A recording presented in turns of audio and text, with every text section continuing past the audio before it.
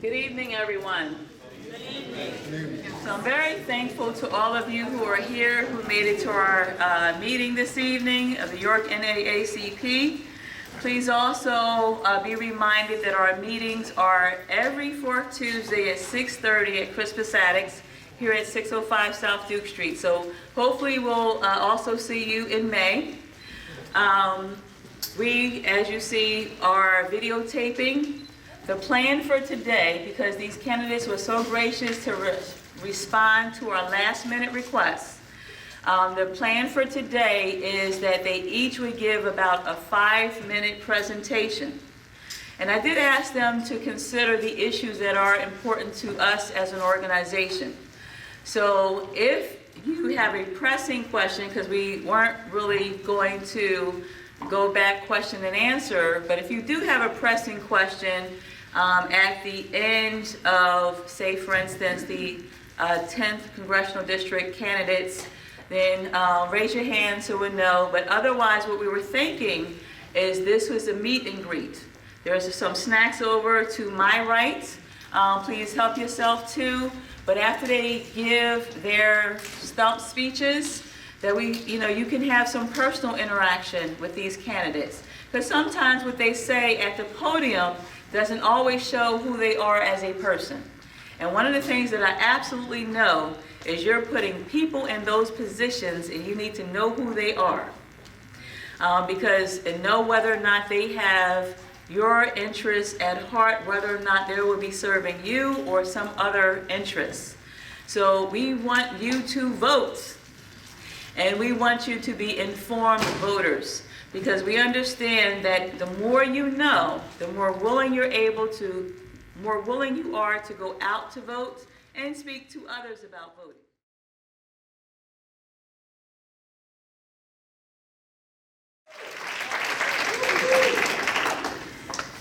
Good evening, everyone.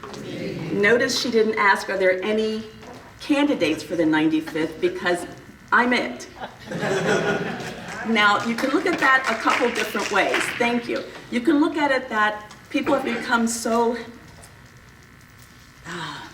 I don't even know what to call it, but they just figure, I'll wait and see who I see and see what I see and hear what I hear, and it doesn't really matter because nobody's going to make a difference. And I'm here to tell you that I am a politician. I'm a good politician. I'm one who cares. I'm one who has not forgotten my roots.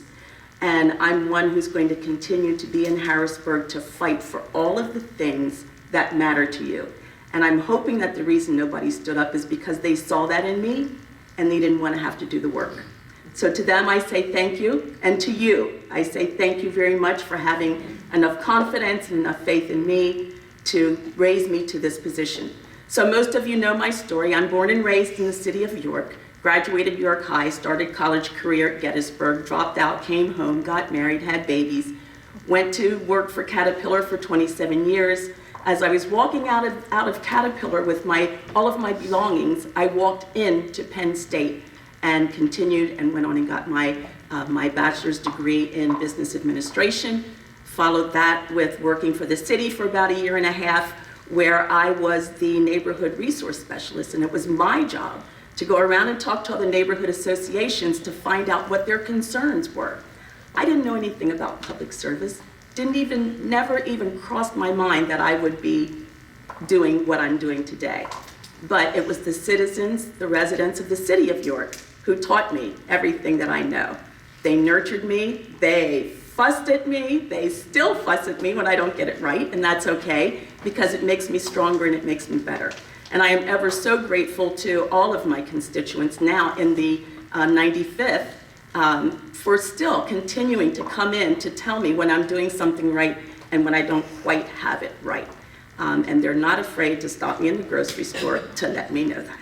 So, but anyway, I'm running for re-election not because I'm the only one who raised my hand for this position, but because we need a good, solid, strong, believing, caring voice in Harrisburg. I'm here to tell you it's insane.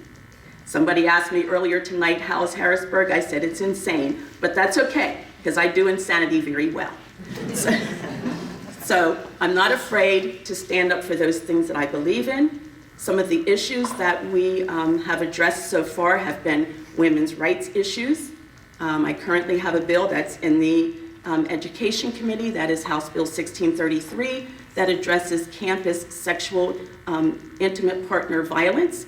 And it is for not just for women, but it's for anyone who is on campus, on any of our campuses in the Commonwealth. And unfortunately, I'm a graduate of Penn State, and Penn State is #1 on the list of offenders. And so that needs to change. That's unacceptable, and I certainly don't want that as my legacy from my alma mater. So I'm working hard to try to make changes such as that. It's difficult because there are so many Republicans and so few of us to carry on the battle. But that's not an excuse. We have to continue to push forward and to move forward and to continue to have the kind of conversations that we need to have, not just with our own Ds, but reaching across the aisle and forming relationships so that those on the other side who perhaps don't know that what they're doing is wrong, that we can tell them, we can show them proof. We can live in a right way so that they can look at us and say, hey, maybe we got it wrong. Maybe that's worth a conversation worth having.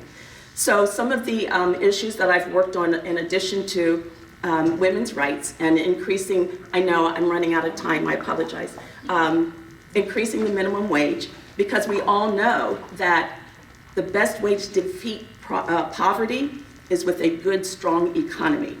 And the way to increase our economy is to have a living wage. It is unconscionable for anyone to be working 40 hours a week and still need public assistance. How shameful is that? Why are our mothers, who our children desperately need, working 2 and 3 jobs, still needing assistance and needing help raising those children, and whose children are then not getting the kind of nurturing that they need from their moms?